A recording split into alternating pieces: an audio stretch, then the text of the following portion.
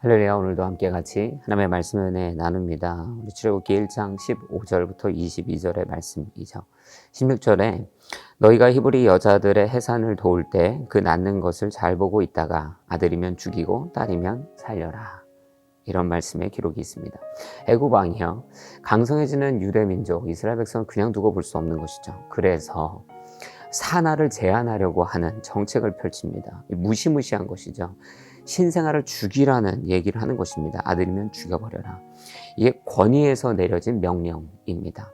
여러분, 유명한 실험이 있어요. 밀그램 실험이라는 것인데요. 이것이 한 교사와 학생을 대상으로 하는 실험입니다. 물론 이 실험은 권위에 대한 복종에 대한 목적을 가지고 있는 실험이었어요. 방법의 진행은 이렇습니다. 학생 역할이 있고 선생 역할이 있어요. 선생이 문제를 내죠. 학생이 틀리면 그 틀린 학생에게 전기 충격을 가하는 거예요. 물론 전기 충격이 진짜가 아닙니다. 그런데 이 선생 역할을 하는 사람만 그것을 몰라요. 그래서 학생에게 문제를 냈는데 학생이 문제를 틀립니다. 그러면 그 선생은 그 학생에게 이제 전기 충격을 줘야 되는 거예요. 그런데 아무래도 망설이게 되지 않겠습니까? 그때 이 실험을 부탁한 교수를 보게 되는 거예요. 그럼 교수가 진행하라고 얘기합니다. 그래서 이 실험은 교수가 진행하라고 할 때 이 선생 역할을 한 사람이 실제 교사 역할을 하는 사람에게 실제 전기 충격을 가할 것이냐라고 하는 이런 실험을 사실 하고 있었던 것이에요.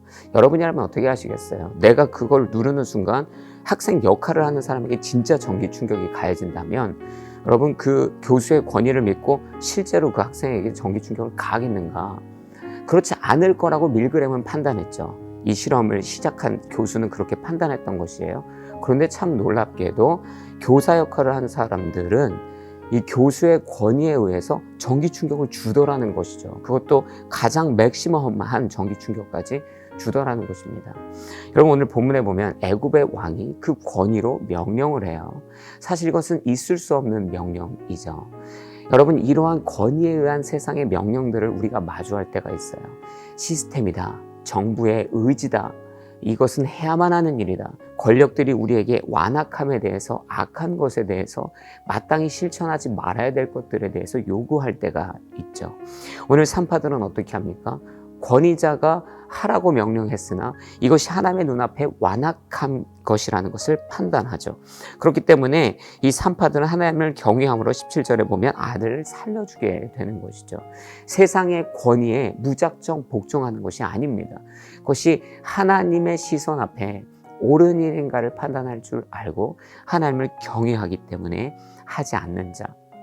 여러분, 이 땅을 살아내면서 회사든 어디든 하나님의 뜻을 거스르는 것이 선포되어질 때, 여러분에게 명령되어질 때 권위기 때문에 무작정 눈을 감고 복종하는 것이 아닌 하나님을 경외함으로 하나님의 시선 아래 옳은지 그른지를 분별할 줄 알며 그 하나님의 뜻을 쫓아 행할 줄 아는 자.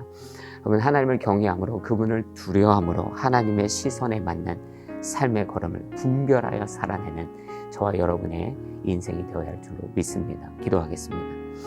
사랑해 주님, 감사합니다. 완악한 시대를 살아내고 있습니다. 세상의 권위는 이 행정이라는 말로, 시스템이라는 말로, 문화라는 말로, 흐름이라는 말로 우리 가운데 완악한 것을 명령하고 권위자들이 우리 가운데 이것들을 푸시할 때가 있습니다. 그러나 하나님, 우리가 그것을 무작정 따르는 인생이 아니요, 하나님을 경외함으로 하나님의 말씀을 기준 삼아 분별하여 하나님의 뜻을 먼저 따라 살아갈 줄 아는 지혜자요, 또 분별자요, 신앙의 자녀들 되게 하여 주옵소서.